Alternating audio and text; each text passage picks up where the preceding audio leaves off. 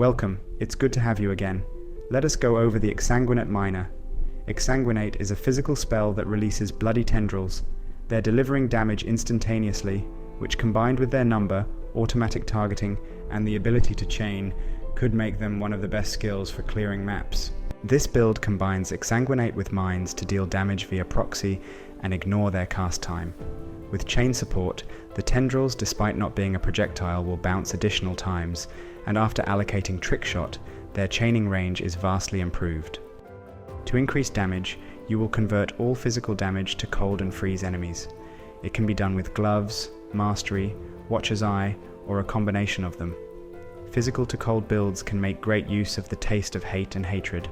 Top it off with a Heat Shiver helmet to add tons of fire damage. Trickster seems like the best option. Its most important passives are Polymath for instant life, mana, and ES recovery on kill, Escape Artist for evasion and ES, and Spellbreaker for spell suppression. It creates quite a durable build with great recovery. Exsanguinate costs no mana, only life. With that in mind, you can reserve almost all of your mana with the regular auras. It's a hybrid build, so reserving even half of the total life is not as big of a deal as it may initially appear. It won't deal a lot of damage over time, it's mostly hit damage. The build is durable against spells with its improved and capped suppression, and is very likely to evade almost every attack due to its high evasion rating. It freezes almost all enemies off screen so they don't even have a chance to damage you. It only lacks physical damage reduction. Clear speed is one of the best in the game. To improve it, invest in attack speed for the shield charge and mine throwing speed. Single target damage is not particularly outstanding, but it can be vastly improved by swapping chain for trap and mine damage support. It's a cheap build, there are no mandatory expensive items. It can be played as a starter.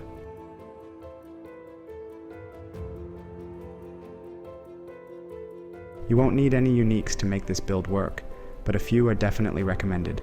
These are Hrimsorrow, they're good initially, the Dark Seer, Heat Shiver, Kikazaru, and Replica Dragonfang's Flight.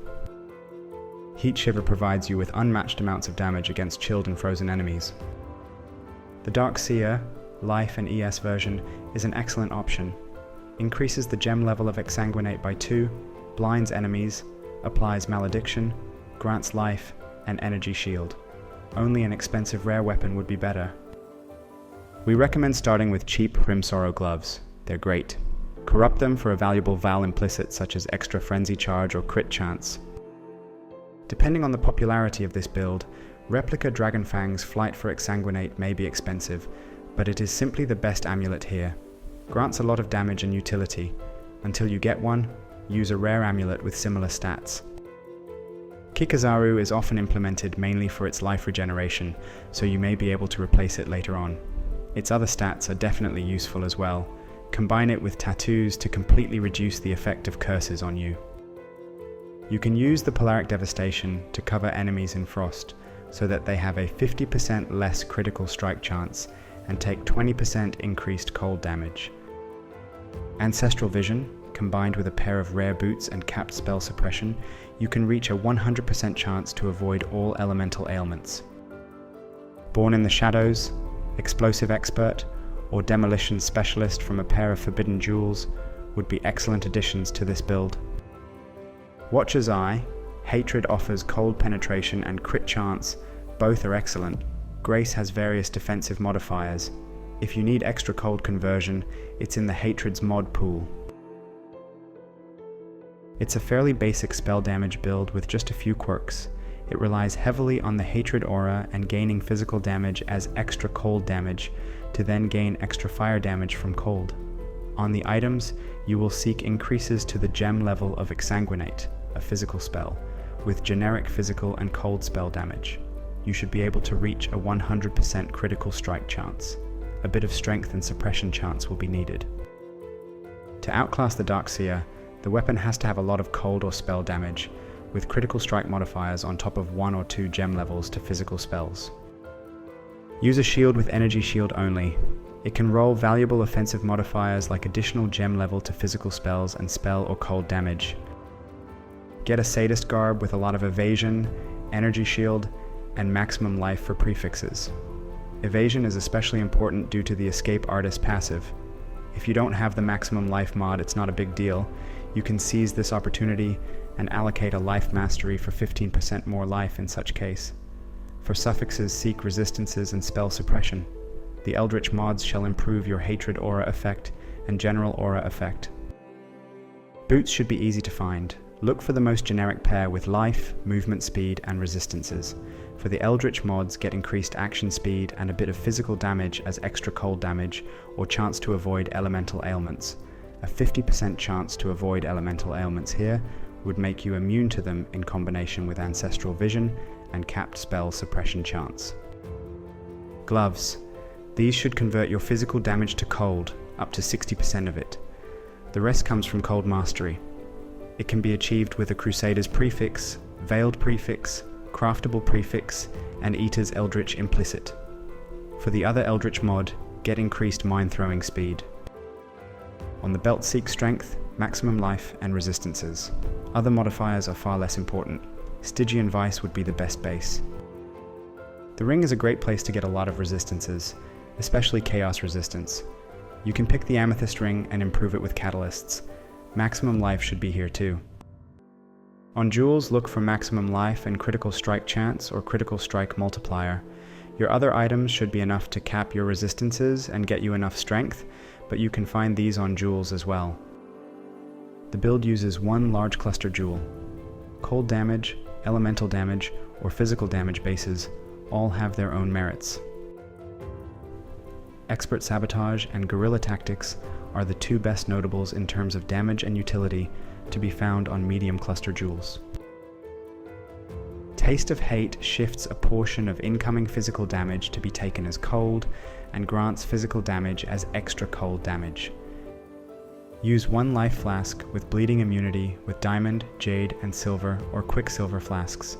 These should increase your critical strike chance, evasion rating, and attack or movement speed, depending on if you like to shield charge or move faster.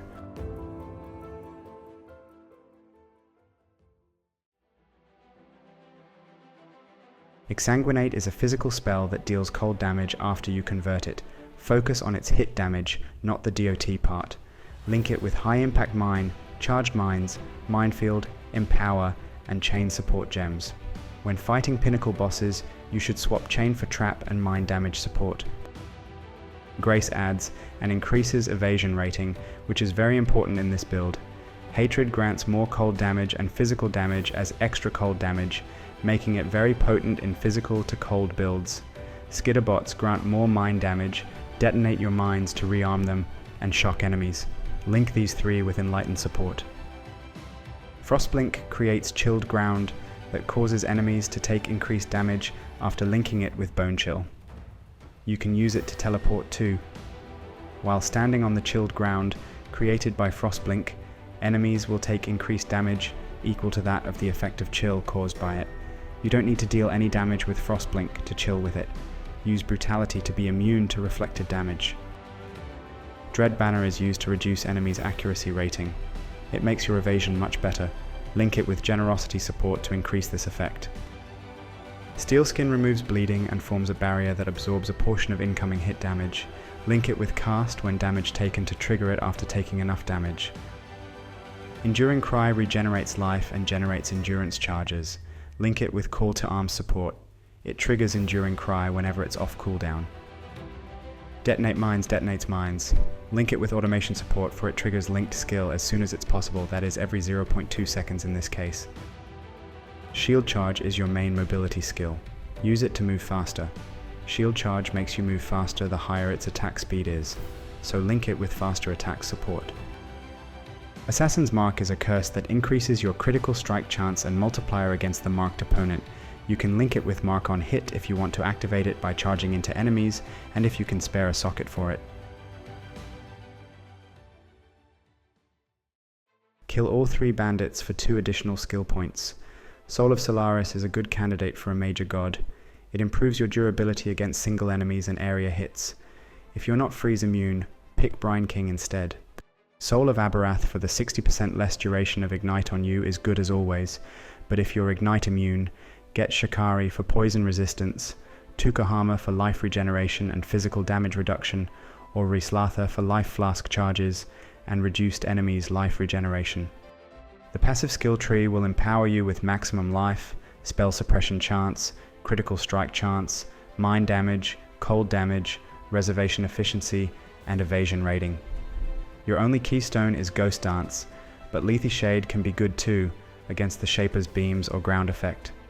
For masteries, get 50 extra life as life mastery, 10% increased effect of auras as reservation mastery, mana reservation efficiency as mana mastery, crit multiplier against unique enemies as critical mastery, phasing on spell suppression as suppression mastery, increased evasion from body armor as evasion mastery, increased damage dealt and reduced damage taken per mine nearby as mine masteries, cold mastery for cold conversion or increased damage against frozen enemies, physical mastery for increased damage with skills that cost life, elemental mastery for a 25% chance to treat enemies' resistance as inverted, and ES mastery to take less damage while on full energy shield. That's all. Leave a like, subscribe to the channel, and hit that bell notification button. Thank you for watching.